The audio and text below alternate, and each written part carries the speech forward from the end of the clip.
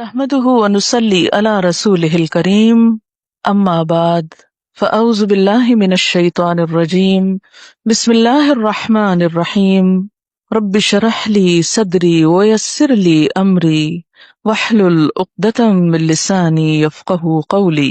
حضرت اسامہ بن زید بیان کرتے ہیں، میں نے عرض کیا، اے اللہ کے رسول صلی اللہ علیہ وسلم، میں آپ کو کسی مہینے میں سوائے رمضان کے اتنے روزے رکھتے ہوئے نہیں دیکھتا جس قدر روزے آپ شعبان میں رکھتے ہیں۔ آپ نے فرمایا کہ لوگ اس رجب اور رمضان کے درمیان والے مہینے کی فضیلت سے غافل ہیں۔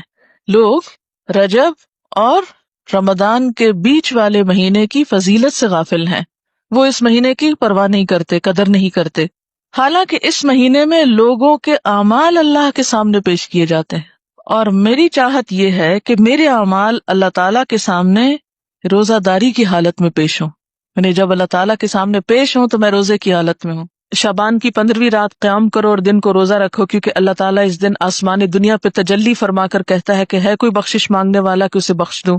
یہ تو ہر رات میں ہوتا ہے۔ صحیح حدیث سے کیا پتہ چلتا ہے کہ ہر رات اللہ تعالیٰ آسمان دنیا پہ نزول فرماتے ہیں اور یہی فرماتے ہیں کہ ہے کوئی بخشش مانگنے والا کہ میں اسے بخش دوں، ہے کوئی مصیبت زدہ کہ میں اس کی مصیبت دور کروں۔ اس کے لیے صرف 15 رات مخصوص نہیں ہے۔ اسلمت لرب العالمین، غلطی تو ہونی ہے، اس سے نہیں بچ سکتے ہم۔ اور مچھلی والے کو جب وہ غصے سے بھرا ہوا چلا گیا، بس اس نے سمجھا کہ ہم اس پر گرفت نہ کریں گے، تو اس نے اندھیروں میں پکارا کہ تیرے سوا کوئی معبود نہیں، تو پاک ہے، یقیناً میں ظلم کرنے والوں میں سے ہو گیا ہوں۔ تو ہم نے اس کی دعا قبول کر لی اور اسے غم سے نجات دی، اور اسی طرح ہم ایمان والوں کو نجات دیتے ہیں۔ ظنون اذ ذهب مغاضبا فظن ان لن نقدر عليه فنادى في الظلمات ان لا اله الا انت لا اله الا انت سبحانك اني كنت من الظالمين فاستجبنا له ونجيناه من الغم وكذلك ننجي المؤمنين لا اله الا انت سبحانك اني كنت من الظالمين، کہ تیرے سوا کوئی الہ نہیں، تو پاک ہے، بے شک میں ہی ظالموں میں سے ہوں۔ تو یونس علیہ السلام نے اللہ تعالیٰ کو ان کی کامل الوہیت کا اقرار کرتے ہوئے پکارا، اللہ کی ذات کو ہر نقص، ہر عیب، ہر آفت سے منزہ اور پاک قرار دیا، اور اپنے ظلم اور جرم کا اعتراف کر لیا، انی کنت من الظالمین کہہ کر اپنے آپ کو ظالم قرار دیا۔ تو اس آیت میں اس بات کی دلیل ہے کہ تہلیل یعنی لا الہ الا اللہ کا پڑھنا اور تسبیح سبحانہ کا پڑھنا ہر غم کو دور کر دیتے ہیں، تکلیفوں اور پریشانیوں سے نجات دیتے ہیں۔ تو جو شخص اللہ کی کتاب پر ایمان لائے اس کے لیے یہی مناسب ہے کہ وہ اس دعا کو سختیوں میں اپنی پناہ گاہ بنائے اور خوشحالی میں اس کو اپنی سواری بنائے، اس وعدے پر بھروسہ کرتے ہوئے جو اللہ نے مومنوں کے ساتھ کیا ہے کہ وہ اس دعا کے پڑھنے والے کو قبولیت میں یونس علیہ السلام کے ساتھ ملا دیں گے، یعنی جیسے ان کو نجات ملی انہیں بھی مل جائے گی۔ یہ یونس علیہ السلام کی دعا ہے، لا الہ الا انت سبحانک انی کنت من الظالمین۔ نبی صلی اللہ علیہ وسلم نے فرمایا، ذوالنون کی دعا جب وہ مچھلی کے پیٹ میں تھے، یعنی لا الہ الا انت سبحانک انی کنت من الظالمین، جب بھی کوئی مسلمان کسی معاملے میں ان الفاظ کے ساتھ اپنے رب سے دعا کرے، وہ دعا اس کے لیے ضرور قبول ہوگی۔ یہ دکھ دور کرنے والے کلمات ہیں۔ رسول اللہ صلی اللہ علیہ وسلم نے فرمایا، کیا میں تمہیں ایسی چیز نہ بتاؤں کہ جب تم میں سے کسی آدمی کو دکھ اور پریشانی اور دنیا کی آزمائشوں میں سے کوئی آزمائش آئے تو وہ اس دعا کو پڑھے تو اس کی تکلیف دور ہو جائے گی؟ تو آپ سے کہا گیا کیوں نہیں؟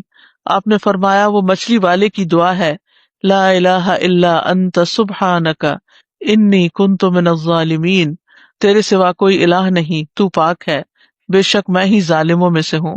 ہم دیکھتے ہیں کہ سید الاستغفار جو ہے اس میں بھی انسان اپنی بندگی اور گناہوں کا اعتراف کرتا ہے اور اللہ تعالیٰ کی الوہیت کا، اللہم انت ربی لا الہ الا انت خلقتنی، اے اللہ آپ میرے رب ہیں، آپ کے علاوہ کوئی معبود نہیں، آپ نے مجھے پیدا کیا ہے، میں آپ کا بندہ ہوں۔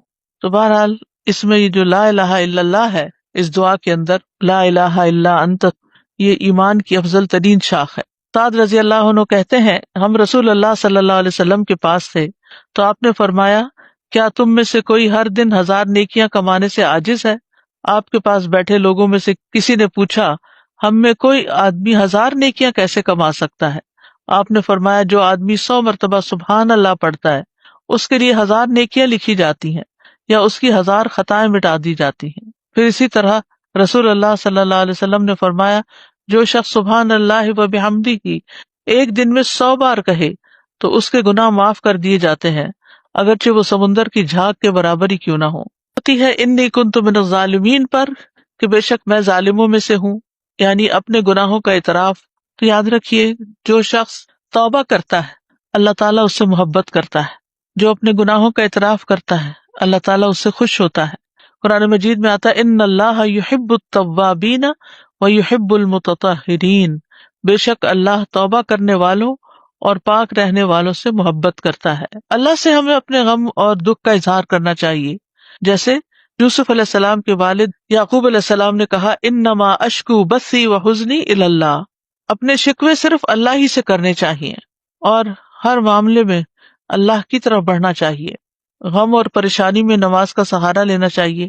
نمازوں کی حفاظت کرنے سے اللہ کی حفاظت ملتی ہے، خصوصاً فجر کی نماز کی حفاظت کرنے والا اللہ کی حفاظت میں ہوتا ہے۔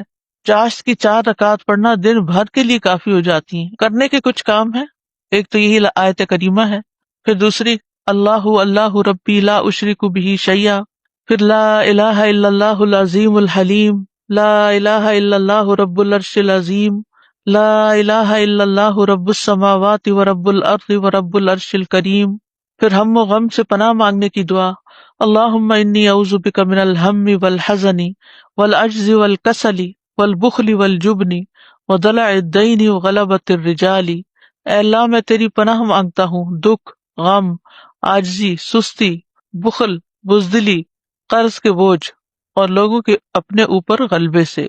انس بن مالک کہتے ہیں نبی صلی اللہ علیہ وسلم کو جب کوئی انتہائی پریشان معاملہ آتا تو آپ فرماتے یا حی یا قیوم برحمتک استغیث، اے زندہ اور اے قائم رہنے والے اللہ سبحانہ وتعالی ہم سب کے غم، دکھ، پریشانیاں اور مشکلات دور فرما دے۔